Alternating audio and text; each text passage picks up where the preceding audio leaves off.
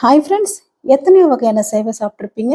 ஹெல்தியான நெல்லி சேவை சாப்பிட்ருக்கீங்களா? அதுக்கு ஒரு பேன் அடுப்பில் வச்சு 3 வரமிளகா, 1 ஸ்பூன் கடலைப்பருப்பு, உளுத்தம் பருப்பு, கொஞ்சமாக மிளகு சீரகம், 1 ஸ்பூன் வரமல்லி சேர்த்து நல்லா வறுத்து எடுத்து அரைச்சி வச்சுக்கோங்க. அதே பேனில் வேர்க்கடலை சேர்த்து வறுத்து எடுத்து சுத்தம் பண்ணி வச்சுக்கோங்க.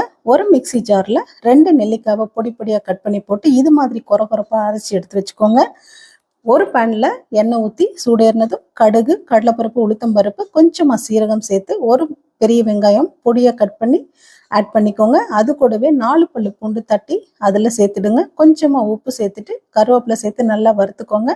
அரைச்ச நெல்லிக்காய் விழுதையும் அது கூட சேர்த்துக்கோங்க. கொஞ்சமாக மஞ்சத்தூள் சேர்த்துட்டு நல்லா பரட்டி விடுங்க. இது கூடவே வறுத்து அரைச்சி வச்சிருக்கிற அந்த பொடியை ஆட் பண்ணிவிடுங்க.